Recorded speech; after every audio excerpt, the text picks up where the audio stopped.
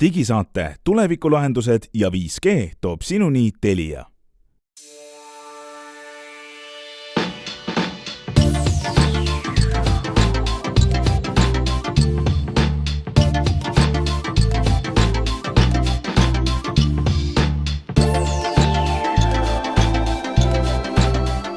Tere head kuulajad, käes on nimetu digisaade. Novembrikuu on lõpule jõudmas, 28. novembri saade on siin. Meie oleme täna saates Ants Laugas, Henrik Roonemaa, Glenn Pilbre ja Meelis Väljamäe ja räägime sellest, kuidas suurepärased Eesti rehepapid, kratid, ei tea kuidas nimetada, igatahes rekordilise summa väljapetmises kahtlustatavad 2 Eesti meest võeti vahi alla, kes tegid innovatsiooni krüptomaailmas. Räägime veel sellest, miks ei ole hea, kui kodus tehnika või oma majas olev tehnika töötab ainult läbi äpi, kuidas võib niimoodi kinni jääda. Ja siis, millega kõrvdega kuulata head heli ja mida käe pealt vaadata, kui teada, mis kell on. Räägime neist uudistest ka.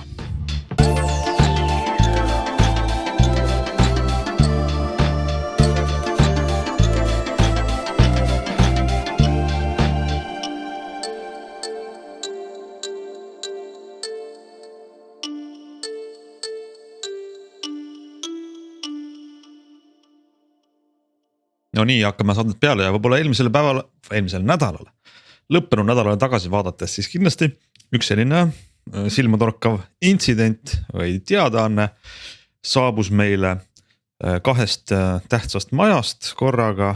Üks asub Tallinnas, on Eesti kriminaalpolitsei ja teine asub, ma ei teagi täpselt aadressi, aga kuskil ta seal Ameerika idarannikul on, kus on föderaalse juurdlusproove peakorter ja Ameerika justiitsministeerium. Ühesõnaga Ameerika ja Eesti võimud ütlesid, et ühisoperatsiooni käigus peeti kinni Tallinnas 2 inimest, keda kahtlustatakse kelmuses ja rahapesus. Tegu on siis 2 Eesti võiks olla ettevõtjaga, nii-öelda Sergei Potapenko ja Ivan Turõgin, kes lõid Ponzi skeemina toimiva ettevõtte või isegi ettevõtete rea. Sina kirjutasid Twitterisse ühe natukene krüptilise tweeti isegi, et mäletan, kui ma olin ajakirjanik, siis ma kirjutasin neist loo ja iga loinal on oma mihklipäev, et võib-olla sa seletad meile.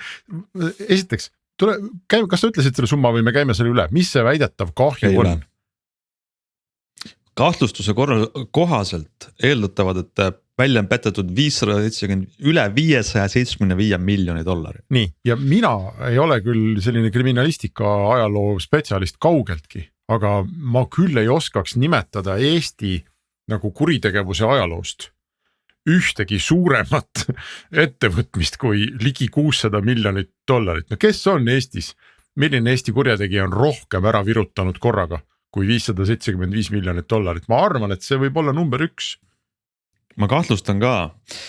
Mul meenub kohe üks endine Eesti kõva küberkurjategija, keda ka ameeriklastega koos kinni võeti, kelle nimi oli Vladimir Tšašin, kes tegi siis sellist fantoomreklaami võrgustikku.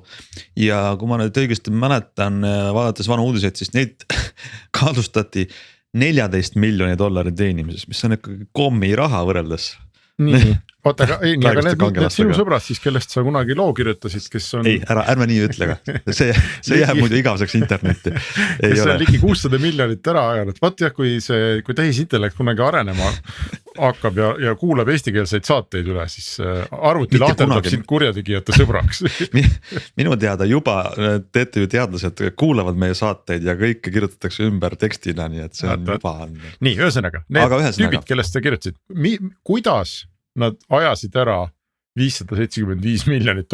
See on nagu Crazy Radio intervju, aga räägi on. Oli, enam ei olnud. Mida nad tegid? Millest see nende äri siis seisnes? No ma nüüd kõike detaili ei tea, selleks tuleb rääkida FBI ja kriminaalpolitseiga, aga mida on teada nende kohta? Nad esimesena sattusid nii-öelda avalikus tähelepanu sellise ettevõttega nagu Hashflare. Juba aastaid tagasi, võib-olla siis 7 aastat tagasi või nii. Mõte oli sellest, toona buumis krüptokaevandus, sa paned ühe arvuti endale koju arvutama ja sellest teenid raha. Aga need arvutid ei olnud tavaliselt PC-d, sa võid ostma spets riistvara. Nemad ütlesid, et me teeme sama asja pilves. Näiteks sa maksad meile $1000, siis me paneme kuskile oma andmekeskusesse mingi asja arvutama ja kasumi maksame sulle tagasi. Aga tuleb vist välja, et see oli siis see, mida nimetatakse Ponzi skeemina. Kõik, kes tulid, tahtsid liituda, andsid raha, neilt võeti raha vastu. Kui keegi hakkas kasumit nõudma, siis maksid talle see välja selle pealt, mis oli teistelt võetud vastu. Ehk siis reaalselt midagi ei toimunud. Või mitte vähemalt sellisel lubatud määral. See oli siis Hashflare, see esimene nii-öelda pilve kaevandamine. Sellest äri läks nii hästi, et see oli vist 2017, kui nad ütlesid, et me teeme panga. Me teeme pilves krüpto mingi panga, mis hakkab Euroopas kõike tegema, mida pole seni tehtud, selleks nime Polybius. Ja juba seal oli väga kahtlased, kus inimesed korjati raha kokku, kogudi miljoneid algkapitali. Aga panga tegemine ei seisnenud selles, et sa kogud suvaliselt inimestelt tänavalt 100 ja $1000 kaupa raha, vaid see on ennekõike regulatsioonid ja mida nad teistmoodi teevad. Ega lõpuks see asi visis ka ära, ma mäletan, oli suur kisa selle üle, et millal ma oma raha tagasi saan. Aga toona see vajuski ära.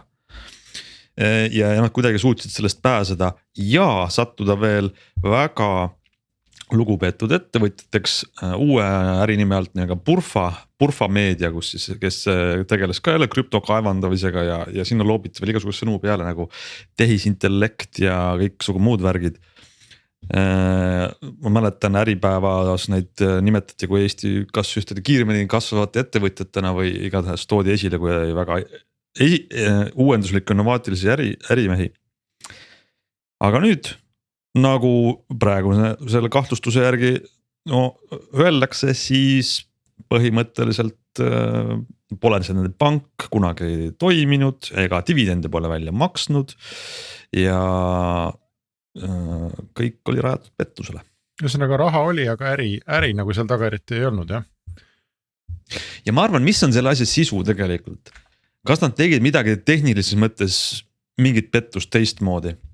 Või miks, kuidas on siia FBI seotud? Asi on ikkagi selles, asi on internetis ja asi on selles krüptovaluuta piirideta olekus. Et selles nende projekti nii-öelda panustasid heauskulikult ka inimesed USA-st, mis tõttu nad sattusid USA uurimisjärelevalve huviorbiiti ja laiemaltki veel.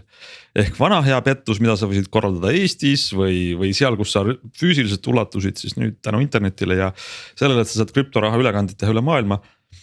Sa saad petta palju rohkem inimesi, neilt välja petta, aga lõpuks tunnevad ka sinu vastu huvi palju suurem hulk ja palju usinamaid ametikandjaid ja võimuesindajaid. Nii et ikkagi, ma arvan, et loo moraal on see, et igal oinal oma mihklipäev ehk siis crime doesn't pay. Aga kas nad päriselt siis üleüldse mingisuguse krüptoga tegelesidki ainult sellise jutumärkides veebiturundusega või? Ja selles mõttes, et oli seal taga midagigi sisulist? No midagi vist nad olid ja millegiga nad püüdsid seda siis usaldust võita, et nad väitsid, teevad kokkuleppeid ja olid seal partnerlused maailma suurimate nende krüptokaevandusseadmete tootjatega Hiinast, Bitmain ja kes teised. Ehk siis nad rääkisid õiget keelt, nad rääkisid õiget žargooni, olid õiges teemas sees, teadsid, mis nad teevad, aga see õhuloss oli õhust tehtud. Sest ega tegelikult siin võib-olla ka veel mingi filosoofilise moraali siia tõmmata, et ega igasuguse, ma ütleks, pettuse võib-olla selline edu, või isegi mitte pettus, aga igasuguse geniaalse äri valem võikski olla see, et sa võtad ära hästi paljudelt inimestelt hästi vähe raha. Sest et mida vähem sa raha ühelt inimeselt võtad, seda laisem on see üks inimene oma raha tagasi tahtma ja lõpuks ka käega löömise faktor on see väga suur, et kui sul õnnestub miljardit inimeselt võtta ära kas või €1, siis tegelikult ei juhtu mitte midagi, aga sina oled miljard eurot rikkam. Sest näiteks kui see nendele pangaprojekt, kui nad oleks leidnud 3 investorit, kes igaüks oleks pannud 10 miljonit eurot sinna ja ta oleks nendele petnud, siis nad kiiresti oleks see asi läinud haisema. Absoluutselt, et väga aga kui sa petad 10 miljonit inimest, kes igaüks paneb 10 eurot, mõtleb, pagan, sain petta, ise olin loll ja sinna ta jäi.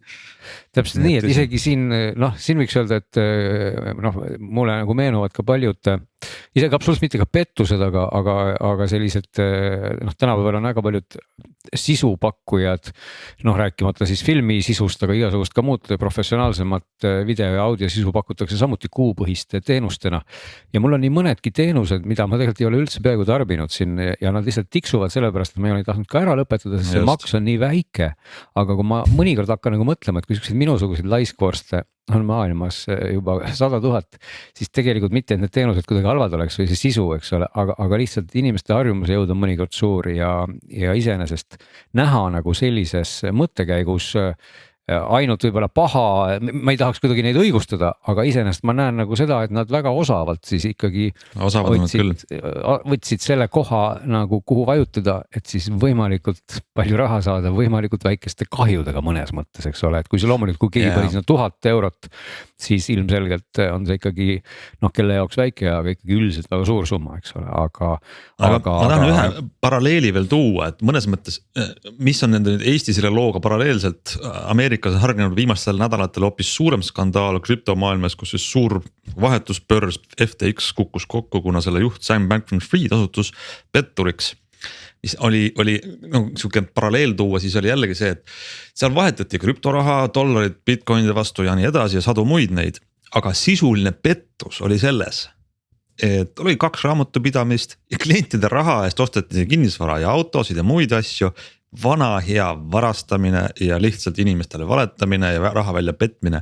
Et mõnes mõttes tehnoloogia on uus, innovatsioon on kiire finantsmaailmas, aga kuritegu jääb kuriteoks selles mõttes, et talle kanti üle 100 miljoneid eurosid, endast 200 miljonit pani kohe oma kontole ja mujale. Ja nüüd redutab vähemalt tookangelane seal Bahamadel ja veel mõtleb elule järgi, samas kui nagu pisut väiksemas skaalas vargad Eestis on juba praegu trümmid, aga kuigi ma saan aru, süütuse presumptsiooni mõttes ootavad alles siis kohtuistungit. Jah, see Eesti ma ei tea, mis selle kohta peaks ütlema, äri või kuritegevus või projekt või mis iganes, ma ei tea. Selle kokkukukkumine käis väga nagu ühte jalga ju maailma sündmustega, see sama Hans, mida sina mainisid. Ja selle kõrval on olnud veel mõned ja krüptomaailma on nüüd ikkagi tabanud tõsine selline tuumatalv ja usaldus seal igasuguste projektikaste vastu on nagu kõvasti kahanenud. Ja sellega koos on ikkagi kiiresti alla käinud ka väga nimekate riskikapitalistide ja investorite usaldus, et see sama härrasmees, mitte nüüd need Eesti härrasmehed, vaid see Sam SBF on ta hüüdnimi, SBF, eks. Tegemist on ju USA ühe väga maineka ülikooli õppejõutude pojaga, kas oli Stanford lausa või mingi selline see klassi ülikool. Ja selline väga heast perekonnast pärit noormees, kes siis sellel kohtumisel investoritega, ma saan aru, et tegemist oli kaugkoosolekuga, on tagantjärgi välja tulnud või on ta väga uhke isegi selle üle olnud, et kohtumisel investoritega ta mängis arvutimängu, League of Legends vist lausa, mis on selline, see ei ole selline uimerdamise mäng, eks see on selline väga kiire sinu täielikku tähelepanu nõudev mäng ja tema siis mängis arvutimängu, tal oli justkui nagu täiesti ükskõik, kas ta saab mingi investeeringu või mitte ja see selline kättesaamatu ükskõikne vili tundus nendele riskikapitalistidele ja investoritele tundus nii magus ja nad hakkasid kõik kartma, et nad jäävad sellest geeniusest üldse nagu ilma, et kõik tormasid võiduri nagu raha panema ja sellise suvalise tüübi suvalisse ärisse pandi sadu miljoneid ja nagu hiljem on välja tulnud, sinna määrati nüüd siis nii-öelda pankrotihaldur või täiskasvanust juht, kes muide vist, kas ta oli Enroni seda pettuse pesa likvideeris kunagi või üritas sealt aru saada, siis see mees ka kirjutas, et et ta on elus kõike näinud, igasugu sigadusi, aga vot seda, mis seal krüptobörsis on tehtud, et sellist jama pole tema silmad, tema pika karjääri jooksul mitte kunagi näinud.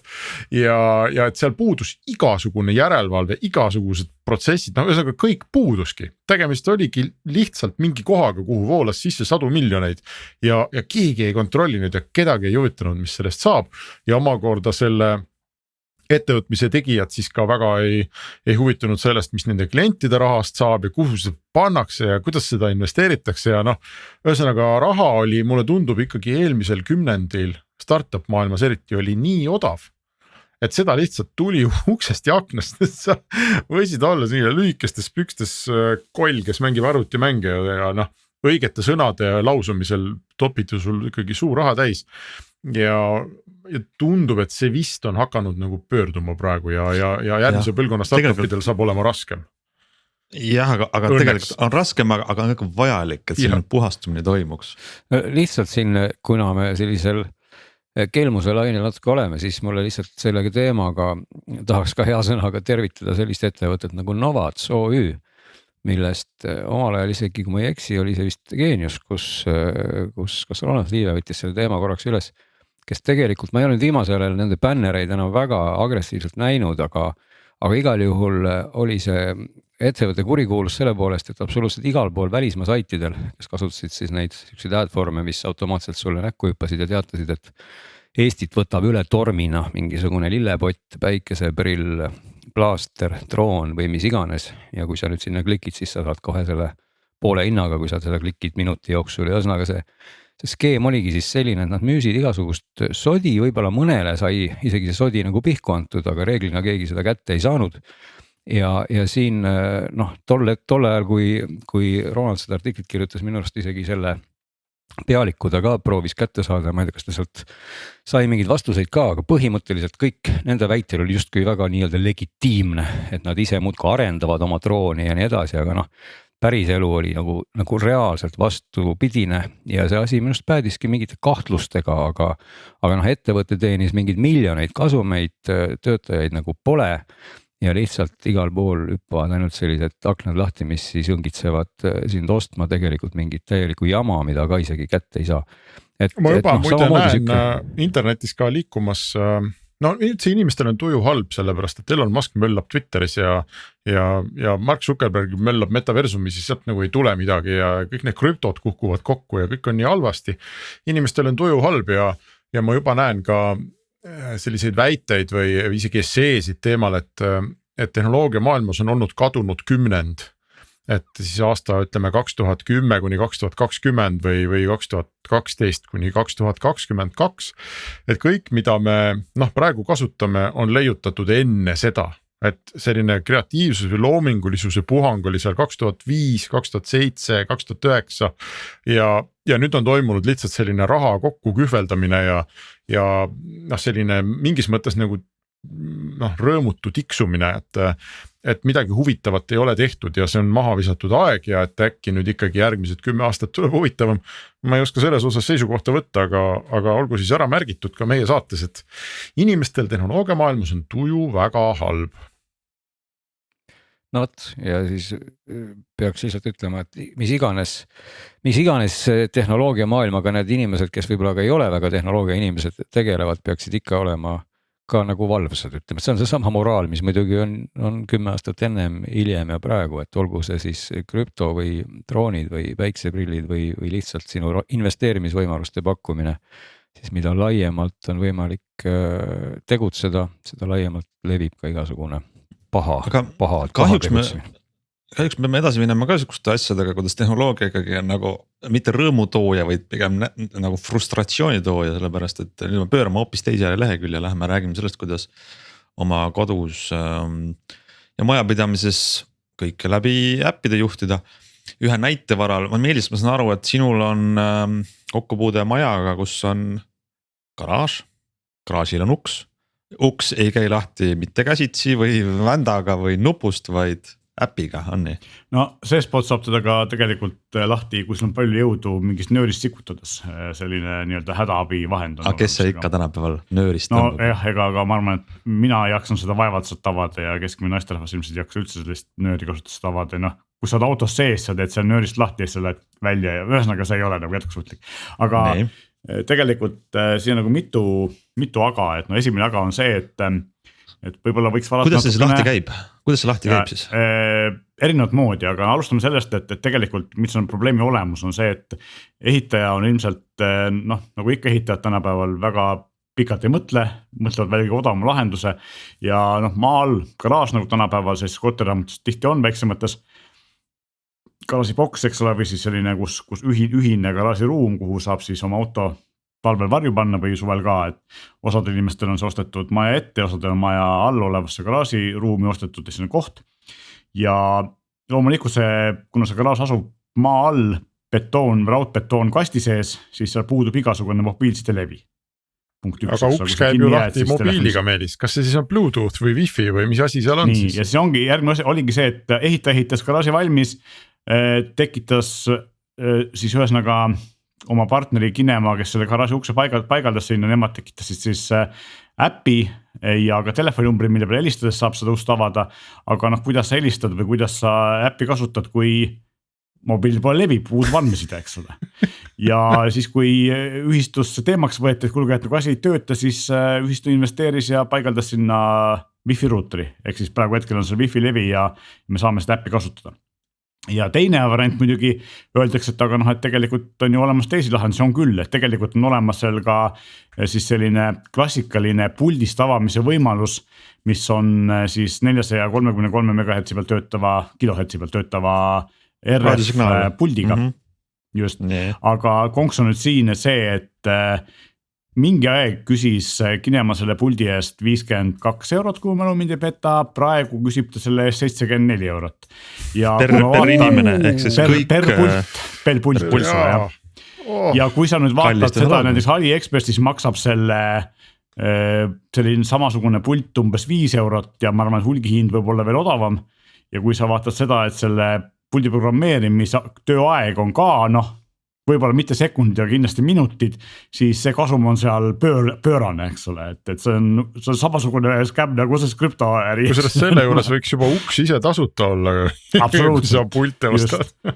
Ja minu lihtsalt südametunnistus ei ole siiamaani lubanud mul kulutada 75 € selle puldi jaoks ja siiamaani äpiga edukalt hakkama saadud.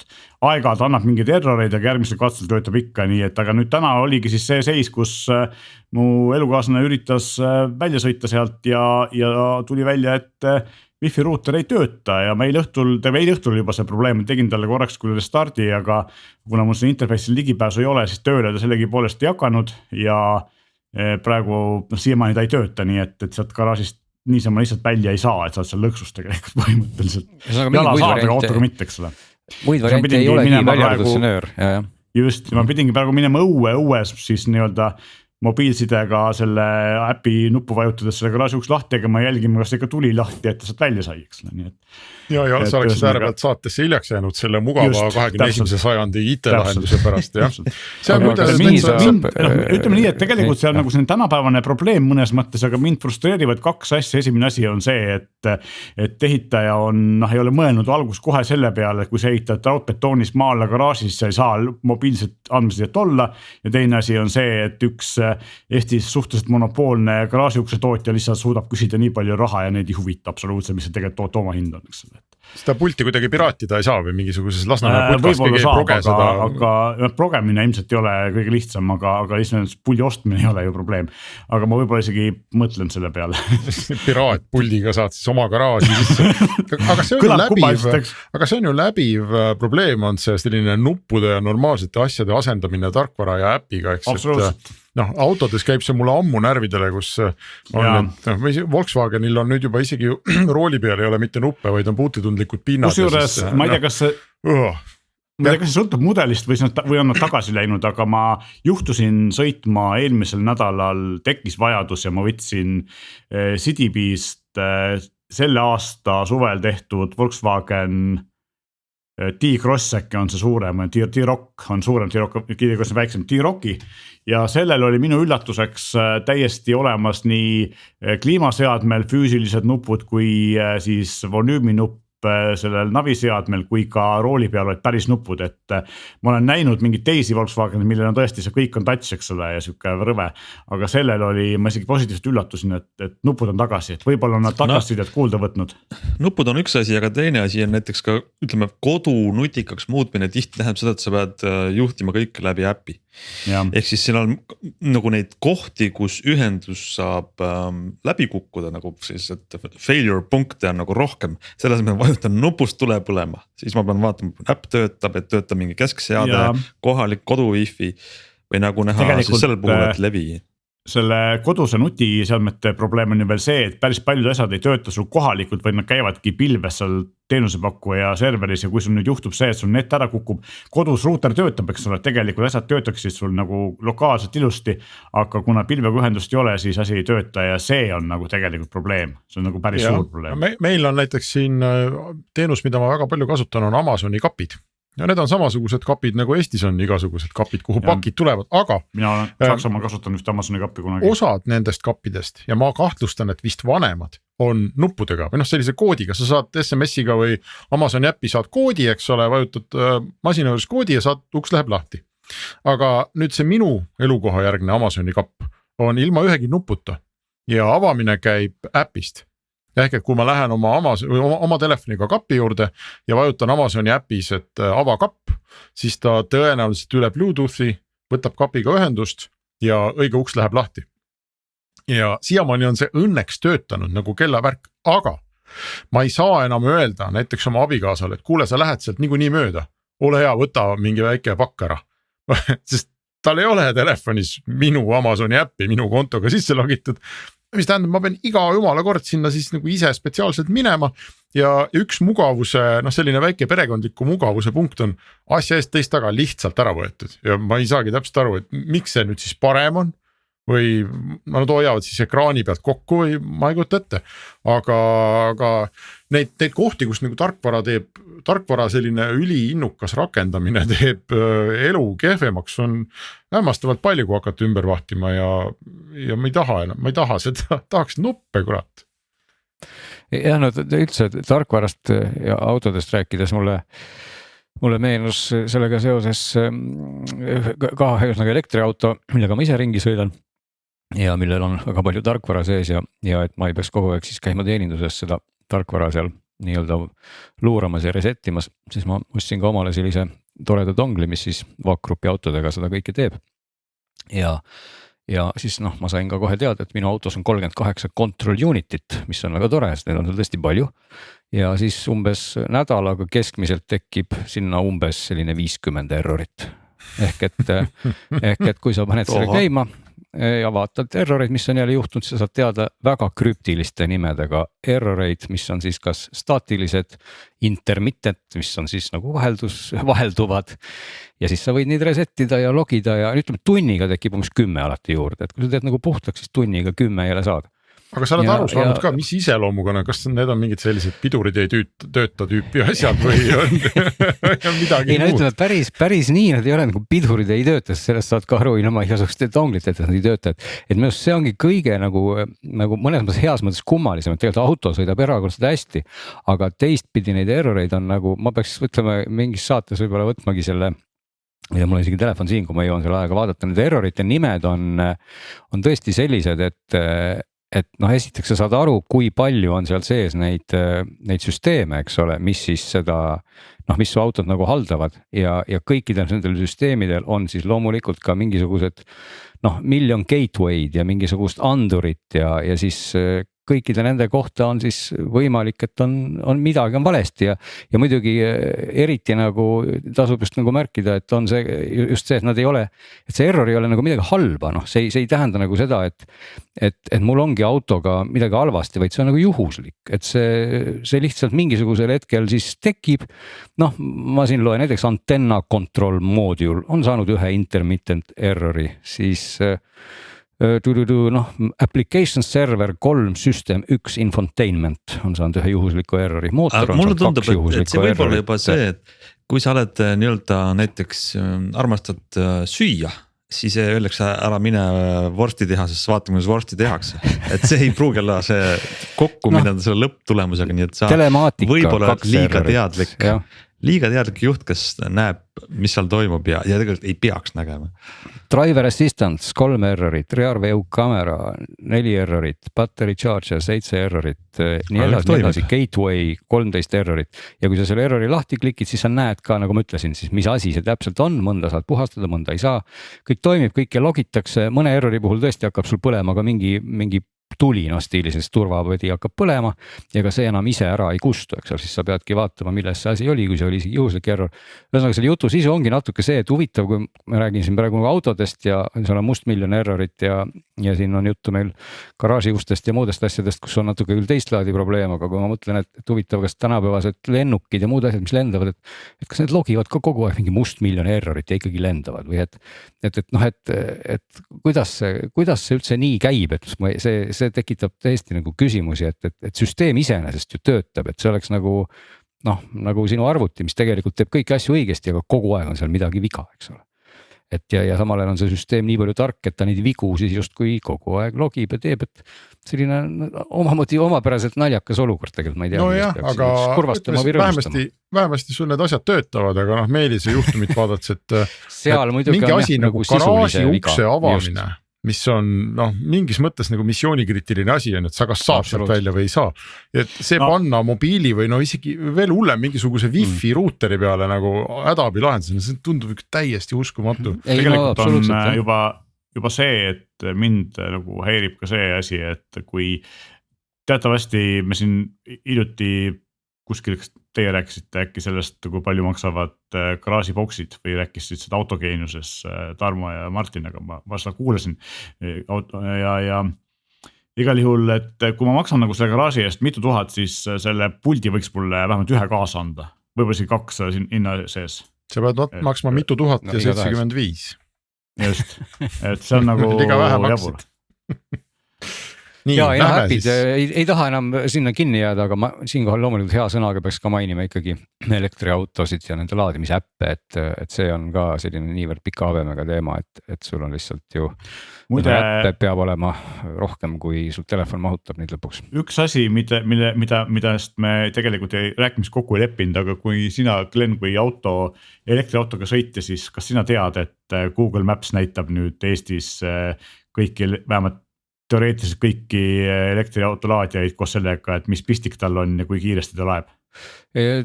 Ma ütleks nagu 50-60, et ma olen nagu oleks seda kusagilt kuulnud, aga ma ei ole seda ise viimase paari nädala teema. Ja ma ei ole seda isegi viitsinud kontrollida. Okei, et loomulikult enamasti ongi pigem, kui sa selle veel korraks üles tõid, sellised tavalise linnas või ühes väiksemas piirkonnas liikleja jaoks ei olegi need avalikud või sellised kiirlaadjad üleüldse mingisugune nagu huviobjekt, et pigem nad on hästi suur huviobjekt meedias ja nad on ilmselt huviobjekt siis, kui ma hoopis satuks mingisse võõrasse linna või sõidaks pikemat maad. Et see tähendabki seda, et tegelikult ma ei viitsigi siin oma lähiümbruses üldse teadagi, kas mul nad on või ei ole, aga teistpidi muidugi võikski nad olla täpselt nagu et ma ei pea siis nende juurde jõudma ja hakkama seal programmeerima. See on huvitav uudis küll tegelikult, sest tegelikult lahendab selle probleemi, et Eestis, nagu me üks saade rääkisime, on need laadimisteenuse pakkujad väga palju tekkinud.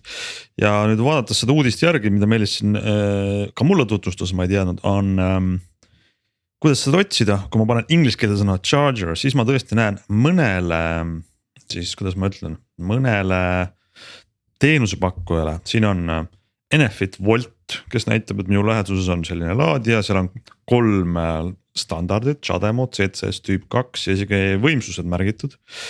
Siis näitab siin mõnda teist laadimisvõrku, näiteks RUEX, mis on Tallinna kesklinnas ja ei näita seda infot, siis näitab siin Virta Charging Station Tartu maanteel avatud 24 tundi, ma polnud kursiski, et olemas Virta nagu soomekeelne sõna laadimisjaam ja tüüp 2 laadija. Nii et ta kindlasti väga tänuväärne selline täiendus. Minu teada, kui sa paned sinna otsingusse, kas elektrilaadija või laadimisjaamast näitab ka eesti keeles seda, võib-olla on sellepärast, kui sul sõltub, mis keeles sul Google Maps on, eks ole. Seal on ka, peaks ka kindlasti veel nii, ma tahtsin vahele öelda, et oluline on ka teada ja vaadata, mida teevad siin ka muidu paljude nagu äppide või ütleme, teenusepakkujate kaartide peal, et laadija see info kindlasti, et kui juurdepääsetav on see laadija, siis ka nii-öelda laadijale või kes tahab laadida siis autole tänavalt, et seal on nii mitmedki laadijad, mis on näiteks hotellihoovis, kusagil nii-öelda natukene tõkkepuu või aia taga, aga nad on ikkagi Enefiti puhul on see täpselt nii, et kusagil vaatad seal, ma ei tea, Balti jaama kõrval on, et näed, siin on meil laadija ja ükskord ma autoga ma ei leidnudki seda ja siis ma läksin jalgsi otsima, kus see on ja siis lõpuks ma sain teada, et see laadija on kusagil hoovi, rägastiku, hotelli, tõkkepuu taga sügavikus, eks ole. Just, et tegelikult kindlasti Google Maps on ju selline asi, mis areneb, eks ole, ja kasutajate kommentaarid tulevad sinna kindlasti juurde ja nii edasi, aga üks asi, mida sa veel teha saab, on see, et sa saad filtreerida siis, et näitame ainult sademat ja näitame ainult CSS ja näitame ainult vähemalt 100 kilovatti või 300 kilovatti. Aga seda ma ei küll ei oska, ma kohe raporteerin reaalajas seda uudist, sest ma vaatan, et see on väga lahe ja tõesti näiteks ma näen ka, et siin on eesti keeles on see sõna siis elektrilaadijad, mida otsida. Elmo, Enefit, Eleport, mis on üsna levinud võrguga, jällegi ei näita seda laadijaid, küll aga Alexela laadimise andme puhul näitab ka, mis on vaba ja mitte vaba, et üks ühest on vaba. 300 kilovatine CCS on vaba. Kas seal, kui sa juba seal nii-öelda online'is raporteerid, kas sa hindu ka näed või? Oi, väga hea küsimus, nii võtame kohe ette, Alexela 300 kilovatine ja hindu ma ei näe. Nii et kui jaksasid auto osta, küll jaksad ka elektrit osta. Tegelikult on ikkagi see, et see on algusasi lapse kingades ja ma arvan, et tegelikult lihtsalt see on positiivne areng, et siin asi olemas on ja.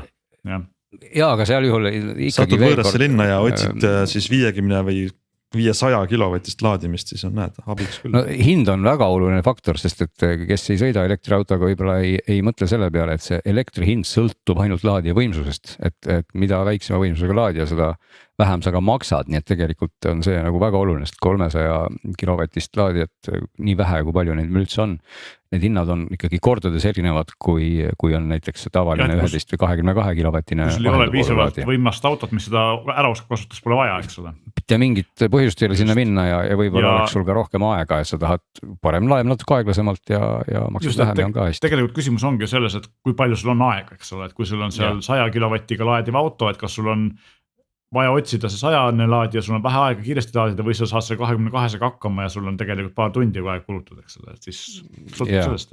Ja väga tahtsin näed, see jutt ei tahagi ära lõppeda, et mis ka kindlasti oleks väga huvitav info sinna juurde oleks ka, et millised laadijad on tasuta, sest et ütleme, et Eestis on ka üks väga tore koht, kus saab käia omale mööblit ostmas ja süüa ka sisse tankimas ja kõrvale siis tasuta elektrit on IKEA näiteks, eks ole, kus on tasuta elekter, no võt jälle väga hea tarbija meie saatest palun, tahate tasuta elektrit. Sinna ei saa minna oma radiaatoriga või mingi soojaveepoileriga. Aga seal on siis on need 11 kilovatised postid või on need isegi 22-sed, mul auto küll ei võta rohkem vastu, et võib-olla tuleb 22 ka, aga väga super idee, sest et siis seda enam sa lähed ja ostad sealt võib-olla siis lõpuks riiuli ja lihapallid ka on ju aga neid kohti on natukene veel, ma täpselt ei suuda nüüd öelda, kus veel, aga see oleks ka tore info, mida tegelikult seal Google Mapsis ju võiks siis juba näha. No praegu Google Maps järgi üldse hindu ei ole, mine kuhu tahad ja vaatad, et just oleks tasuta. Kuulge, aga meie saade on väga lõbus, kahjuks irdub vaikselt minu tehtud sissejuhatusest, aga sellest pole midagi. Küll aga võiks võib-olla rääkida mõnest käekatsutavast asjast ja mul on näed, meil on saatekavas siin mitu kellateemat oli. Kas me äkki räägiksime lähemalt? Ma hea meelega räägin.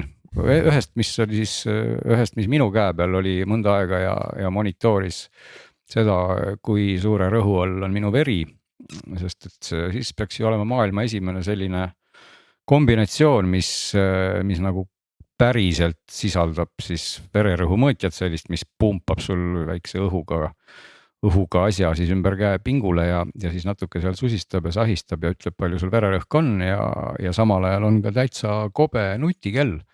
Et Huawei Watch D on selle nimi, mis juba Hiinas küll aasta tagasi tuli müügile, aga Euroopa regioonis on seal erinevad regulatsioonid ja reeglid olnud vaja nagu kooskõlastada ja nüüd ta jõudis siin ka siis lõpuks nagu päriselt kohale. Tavalisel vererõhupumbal on selline asi, mis tõmbab sul õlavarra ümbert nagu veresooned kinni. Kas siis sellel kellal on ka mingisugused pontoonid või balloonid. ja täpselt, ta on tegelikult on ta täpselt samasugune nagu noh, olemuselt on ka ju sellised vererõhumõõtjad, mis käivad ka ümber randme olnud juba ammu olemas. Et ta tegelikult ikkagi tõmbabki sul seal käe nagu pingule seal vahel, sa pead olema sel ajal tasa nagu ikka, kui sul vererõhku mõõdetakse, kell siis ka vaatab, et sa hoiaks kätt õige nurga all, et see käsi oleks sul siis südamega õigel kõrgusel ja muidugi sa ei vehi selle käega ja pead üldse olema vagusi. Ja siis see rihm sul täitub ja pigistab sul kätti, kusjuures see on täitsa hääletud, kui tavaliselt ma mäletan ikka vererõhku mõttes seal midagi susiseb ja suriseb, siis seal on see absoluutselt vaikne, ma ei tea, kes seal seda õhku puhub sulle ümber käe, et mitte mingit häält ei ole. Ja see rihma nagu osa siis pingutub ja kell mõõdab seda vererõhku, no mulle tundus küll nagu häirivalt täpselt, sest noh, ma ei taha siin personaalseid terviseandmeid hakata avaldama, aga mul on olnud eluaeg vererõhk natukene pigem seal kõrgemapoolne ja sain jälle teada selle kellaga mõttes, et see on ikkagi endiselt peaaegu nii. Ja tegelikult noh, kui sul on sellega probleeme, siis loomulikult noh, see on äge, et see kell seda mõõdab, et aga noh, muidugi siin teistpidi natuke tekkis mul ka muidugi kohe küsimus, et kui sa tead, et sul tõesti on vererõhuga probleeme ja sa sellesse kuidagi nagu tahad siis suhtuda, kas mingisuguse eluviiside või ravimitega või millega iganes, siis igal juhul sa pead ju midagi nagu tegema, et ega see kell ei ole nagu rohi selle vastu ja samal ajal, kui sa lähed nagu apteeki ja ostad omale või poodi ja ostad omale sealt vererõhumõõtja, siis minu arust 50 € eest saad ka sellise asja, mis sul siis nagu teebki seda päris vererõhu mõõtmist täpselt nagu see kell. Et ma nagu seda kella kasutades lihtsalt siin mingi nädalapäevad ja peale nagu natukene noh, mul läks nagu tunduma natuke see kasutuse see funktsioon just nimelt sellepärast, et noh, kuna ma otseselt vist noh, mul ei ole vaja nagu seda iga päev monitoorida, et huvi pärast ma võin seda muidugi teha ja mõnikord võib-olla see hoopis tekitab stressi, kui ma näen, et see number on kõrge või noh, et see utsitab mind nagu midagi ette võtma. Ehk et ma nagu leidsin ennast olukorras, kus ma kuidagi tundsin, et noh, et kas seda on nagu vaja kella sisse, et see on ühtepidi kahtlemata äge ja ta teeb muidugi noh, lisaks sellele ta ei ole ainult kell ja vererõhu mõõtja, vaid loomulikult nagu ma ütlesin, on ta täiesti noh, peaaegu täisväärtuslik nutikell, mõõdab sul ju kõiki spordifunktsioone, eks ole. Või saad logida nagu spordikellana, pluss siis loomulikult kõik see muu tervise mõõtmine nagu EKG. Täiesti selline noh, nii-öelda piisavalt täpne, et ta ütleb sulle siis, kas sul seal mingi rütmiga on halvasti või hästi. Pluss loomulikult kõik nahatemperatuurid, verehapniku sisaldus, kõik see pool, mida tegelikult kellad ju ammu teevad, see on seal samuti olemas.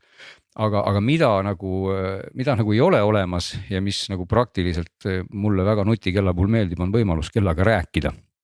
Ehk siis mikrofon ja kõlarid, et see pole sinna sisse kahjuks mahtunud, nii et mulle nagu ei ole mahtunud, okei. Jah, et ma ei saa rääkida, sa saad küll kõnedele saata sõnumeid vastu, et sorry, ma ei tahagi sinuga praegu rääkida. Nii et nagu jah, nii-öelda kasutades väljendit päeva lõpuks hakkas mulle tunduma, et ma pigem vererõhu mõõtmise asemel räägiksin kellaga, et aga teistpidi noh, ma ei saa nagu kuidagi arvustada seda tehnoloogilist potentsiaali, mis sinna sisse on pandud ja see kell ei ole sugugi kohmakas ega suur või kopakas, et ta on noh, meenutab väga kaugemalt vaadates võib-olla Apple'i toodangut ja selline kandiline, mitte ümmargune. Täiesti sükene noh, kerge, ta ei ole võib-olla kõige õhem, aga ta on nagu erakordselt kerge ja võib-olla mis nagu ka praktilises kasutuses, mis natuke häiris, on see, et see rihm on tegelikult küllalt lai, kuna seal on see voolik sees, mis siis läheb nii-öelda suureks ja see rihma alumine pool on ka suhteliselt noh, nagu paks, et see kogu see asi sul ümber käe on nagu võib-olla natuke suurem kui selline tavaline kellarihm, aga ta ei ole sugugi mitte raskem, eks ole, et selline kogemus, nii et igal juhul on küsimus selle sama, ütleme siis selle eristuva funktsiooni osas, mis on siis vererõhu mõõtmine, et kas see on saanud kuidagi siis meil kasutuseks heakskiidu või tuleb häkkida ennast teise regiooni, sest kui ma meenutan konkureerivat Apple Watchi, siis see on ikkagi nii-öelda regionaalselt lahti lukustatud näiteks elektrokardiogrammi funktsionaalsus, et Euroopas on või Euroopas ei ole, USAs on, kuigi nüüd on ka Eestis. Ei, midagi häkkima ei pea, et tegelikult on kõik see nagu täitsa okei, et noh, paned lihtsalt käima ja kõik see töötab, et midagi pole seal nagu, kuidas ma ütlen, jah, kõik on väga legitiimne ja väga äge, nii et kes tõesti tahab nagu sellist kombinatsiooni ja see ei ole ka ületamatult kallis, eks ole, ja muidugi tahaks ka öelda veel, et aku vastupidavuse kohta endiselt suured nagu kiidusõnad, et nagu ikka Huawei kellad kuidagi müstiliselt, seda ma olen vist maininud juba ennem ka, et kui sa ei mölla selle vererõhu mõõtmisega nagu tõesti kordi päevas, siis ma julgeks väita, et see kell peab vastu lausa üle nädala. Ikkagi lausa võib-olla mingi 10 päeva, aga kui sa mõõdad ka vererõhku iga päev seal mingi 5-6 korda, siis tõesti saad sa võib-olla 5 päeva saad ikka. Kuidas selle vaata osad need tervisefunktsioonid kelladel on sellised, et nad mõõdavad seda nii-öelda taustal ja igal juhul, eks näiteks see, kuidas sa magad või mitu sammu sa käid või enamus kelli saab ka aru, et kas su südame töö on nüüd tavalisest aeglasem või kiirem, et siis näiteks annab alerti sulle ja siis on osad asjad nagu need EKG-d ja mingid stressimõõtmised, kus sa pead tegema neid ise nii-öelda algatama selle, et nüüd ma tahan mõõta EKG-d, eks. Kumba pidi selle vererõhuga on, kas ta mõõdab ise või sina ütled kellale, et ma nüüd tahan mõõta? Loomulikult jah, sest et see vererõhu mõõtmine nagu ikkagi, see ei ole isegi nii, et sa käigu pealt mõõdad, et ma lähen nüüd, ma ei tea, kõndima jooksma ja siis ta muudkui aga susistab seal seda. Sa pead ikkagi olema selleks väga vagus ja just nüüd mõõtma ja täpselt samamoodi on ka EKG, et EKG mõõtmiseks sa pead ka panema näpu sinna kusagile nagu nupu või sensori peale. Mida ta mõõdab jah, kogu aeg on siis loomulikult see hapnikusisaldus, sinu pulss kui selline, eks ole, nahatemperatuur. Aga jah, seda poolt, et nüüd ta ütleks sulle, et vopa, et su vererõhk praegu on ikka väga halb, et nüüd kohe ruttu palun tee midagi, seda ta kahjuks ei tee jah.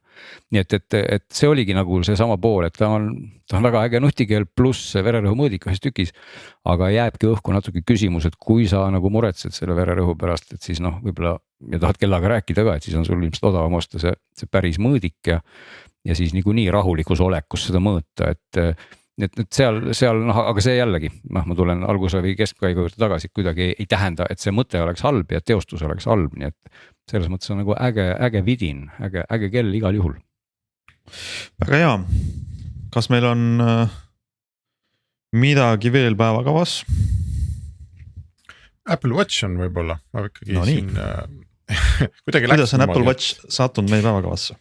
Niimoodi, et ta on sattunud minu käe peale, mis ka ei olnud nagu otseselt planeeritud sündmus, vaid lihtsalt niimoodi juhtus, et ma mõtlesin, sattus selline väga soodus võimalus ja ma mõtlesin, et olgu, et ma olen siin aastaid rääkinud temast ja mitte hästi rääkinud, vaid ikkagi pigem teda nagu taga rääkinud, et ma siis proovin ära ja nüüd ta on mul siin paar nädalat olnud ja selle esimene tähelepanek on see, et akuga on ikkagi tõesti väga nagu segased need lood, et kui mul on always on display ja ma veel kasutan ka kella, no siis päevakese saab. See on Series 7 lihtsalt infoks ja see suurem, mis ta siis on 45 millimeetrit vist, suurem Series 7 akuga, jah. Ja mitte mobiiliga, eks vaid seda ilma siis selle mobiiliühenduseta. Ja kui on always on display ei kasuta, aga teed näiteks päevas mingisuguse tunnise trenni või midagi, kus ta ju loeb sinna. Siis saab ka nagu päeva, aga mulle tundub, et kui sa always on display'd ei kasuta ja mitte midagi ei tee, aeg-ajalt lihtsalt vaatad, siis võib-olla venitab 2 päeva välja, et siis on nagu tagasihoidlikum. Ehk ühesõnaga akuga on kehvasti, aga teine asi ja mis on nagu tore ikkagi, et sellise trenni kellana on ta tegelikult väga hea, sest ekraan on suur. Kõik need numbrid, mida sa tahad oma mingi treeningsessiooni jooksul näha, on seal olemas ja on suurelt, sa ei pea kuskil näpuga toksima või kuskil järge ajama, et mis nüüd, ma ei tea, mis kell on, mis pulss on, kaua ma trenni olen teinud.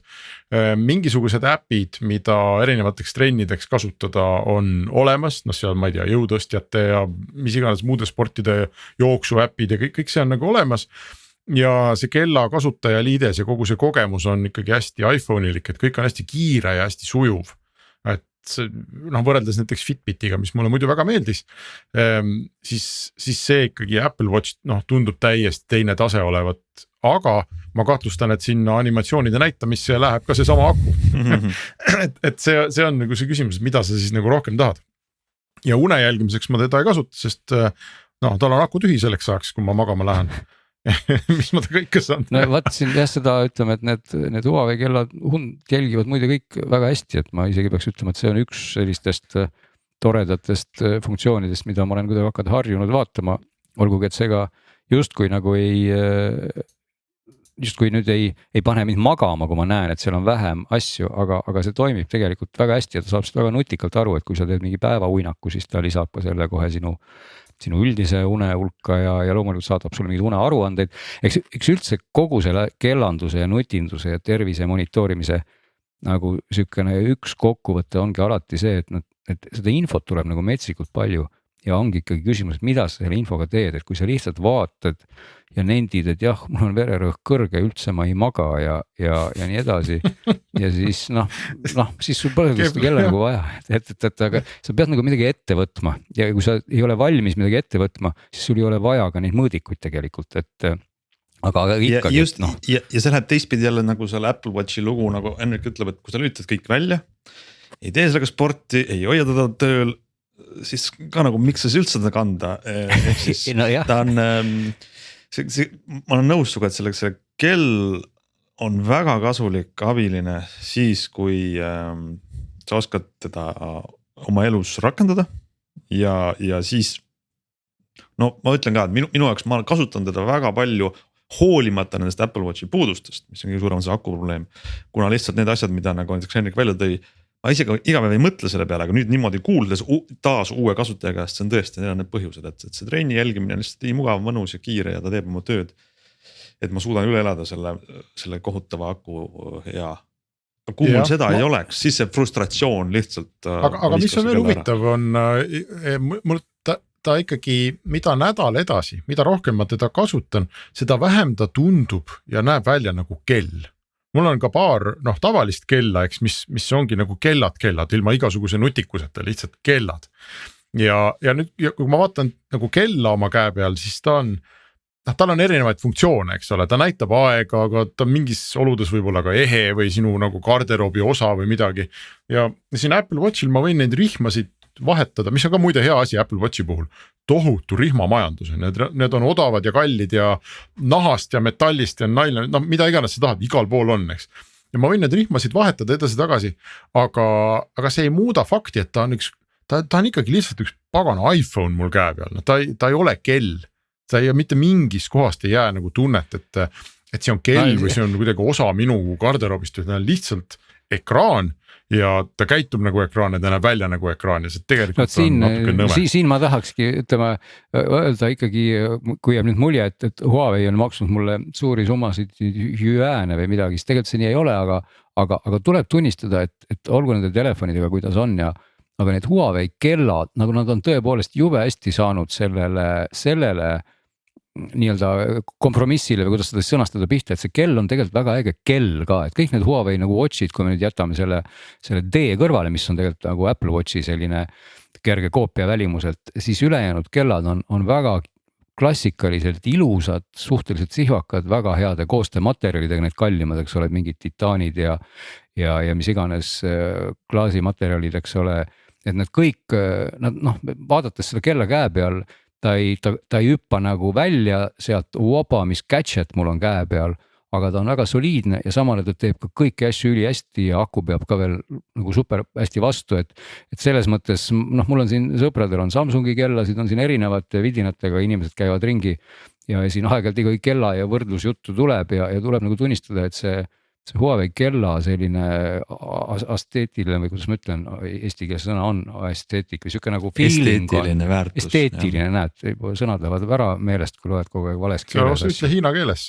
Hiina keelest polekski öelda, et see on seda nad on nagu tabanud hästi, et ta ei ole nagu vidin, vaid ta on asi, mis need vidina omadusi sisaldab, nii et kui te tahate sellist hea aku vastupidavusega mitte vidinat nutikella, on see Hiina kell kahjuks hea, aga muidugi siin ei tasu unustada, et minu uneandmed liiguvad ikkagi riigi valdusesse lõpuks ja siis mul on ka mõned kellad. Saad ka rääkida. Kuhu riiki sul on kõik Karmini, sul on Meelis kõik Karmini kellad. Sul on Karmini. Tegelikult on tõsi, et kolm on Karminid, üks on Samsung, aga ainult üks on enda oma. Ehk siis tegelikult on see, et ei ole küll, tunnistan Apple Watchi pikalt kasutanud ja kõige lähem kell, mis Apple Watchile minu valdus on see sama Samsung siin, Galaxy Watch 4 ja mina olen nagu ka selle Karmini kella juurde jäänud just selle pärast, et ma ei oska öelda, kas Apple Watchil on nagu see killer feature'id või selliseid asju, mida tegelikult nagu milleks sul seda kella vaja on, aga minu jaoks samamoodi nagu Glen just ütles, et see küll jah, nendele ühele nendest kelladest ei pea see aku nii palju vastu paari nädalat, ta kestab seal mingisugune kuni nädal, eks ole, ja võib-olla 5 päeva.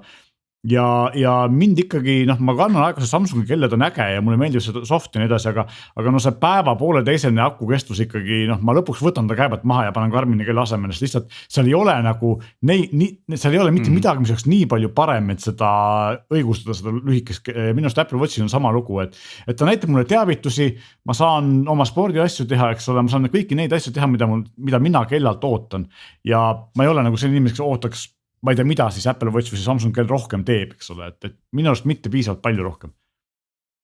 Ja ma arvan, nad ei teegi rohkem, Apple'i kellal on see sama Apple'i selline, see on see kogemus, ühesõnaga see miski, vaata see 5%, kus sa oled lihtsalt liiga laisk ja liiga mugav, mõtled okei, andke midagi, mis töötab ja mis töötab nii nagu minu peakuju ette näeb, et see peaks töötama ja siis ta töötabki niimoodi ja Garmin ei tööta ja see äpp ei näe niisugune välja ja need sünkimised on kuidagi imelikud ja no ühesõnaga ja muide, mida teeb puudub see Apple Watchi kogemus, sest ma ei oska nagu seda taga nutta. Ma küsiks kohe, kui siin Apple Watchi kasutajad on, et kui mina jään endiselt sinna hiinlasi esindama praegu, et mida see Huawei kell teeb erakorraliselt hästi ja mida muide Samsungi kell kahjuks nii hästi teinud, selline täiesti nagu igav omadus, nimelt mis hetkel ütleb kell mulle, et ma olen oma telefoni maha unustanud. Ehk et ta teeb mulle väikse sellise tõks ja vibratsiooni, mille patternist ma saan kohe aru, et see on see, et Bluetooth ühendus katkes. Aga Huawei kell teeb seda. Mina ei unusta oma telefoni maha, ma ei oska. Miks ma tahan öelda, et Samsung teeb minust ka seda, aga Huawei kell teeb seda palju kaugemalt. Ehk et ta ei tee seda mul tubades ringi käies läbi 2-3 seina, vaid kui ma lähen nüüd õue tänavale, siis ma tunnen, et Huawei kell teeb ja siis ma saan aru, kurat, mul jäi kell või telefon tuppa, aga Samsungi kell tegi seda siis, kui ma läksin elutoast kööki. Garminil on sama asi, et ta teeb ka seda niimoodi üsna normaalses koguses, aga mingil hetkel ma lülitasin selle mingil kellal välja, sest et ma lihtsalt ei tarbinud seda. No ütleme, et kui see töötabki nii hästi, et ta tõesti nagu väldib sind seda unustamast, kui sa päriselt lähed ära, siis see on nagu õudselt hea omadus. Aga kui ta sind loomulikult nii-öelda, kui sa lähed vannitoast kuskile mujale, tuled välja ja ta kohe teeb siis sa lülitadki selle lõpuks välja, sest kui see ühendus kogu aeg katkeb. Ehk et ja see aku vastupidavus ka, see võib ju tunduda selline, et mis vahet seal on, aga päris elus, ma ei kujutaks ette, et ma praegu vaataksin siin laua peal MacBook Airi, mille aku saaks tühjaks 2 tunniga, olgugi, et see arvuti on jube äge, et ma ei saaks siin üks arvutit tegelikult kasutada, ükskõik kui äge ta on, kui siin nagu. Oota, mis MacBook Airi juttu sa räägid, see aku kestab? Ma räägin sellepärast, et kui sa rääkisid, et see oli võib-olla liiga kaugel ulatuv võrdlus, et Apple'i asjad ongi giftid, et kasutame siin kes telefone ja kellasid ja arvuteid, aga väga oluline nende giftide asjade juures on ka see nagu igavate omaduste olemasolu, et kui see arvuti iseenesest on väga hea. Kui on üldse läpakas, mille aku peab, siis on see MacBook Air. Siis on see just, aga ma ütlesingi, et kui sellel arvutil oleks kõik muud head omadused, ta ei lähe kuumaks ja nagu ta on, aga aku jah, siis ma ei saaks ju öelda, et see oleks juba äge arvuti, ma nagu seda poolt tahtsin sealt kella korrata. Olen nõus ja vaata Apple MacBook Air ongi jube äge arvuti, millel on kõik omadused ja aku kestab. Just, et kui Apple Watch oleks ka samasugune, kui see aku kestaks seal kas või 5 päeva, see oleks hoopis teine lugu, et siin ongi kummaline, et kas nad äkki peaks oma Hiina kolleegidelt natukene võib-olla kokku saama või spioneerima, et kuidas see üldse võimalik on, et kuidas on võimalik, et üks kell on ja teine ei ole, vaat see jääb müstikaks. See on väga lihtne, seal ongi see, et lihtsalt teine kell on nii palju jutumärkides või mitte jutumärkides targem, et seal taustal toimub nii palju rohkem, et ta võtab rohkem voolu. No kartan, jah. No aga nii on meie saate tegelikult väärtus, et me saame siin erinevaid arvamusi ja kogemusi ja soovitusi kuulda. Mis tegi ka meie tänase saate väga heaks. Minu julgen arvata ja veel paremad saated on tulemus. Veendugu ise järgmisel nädalal samal ajal.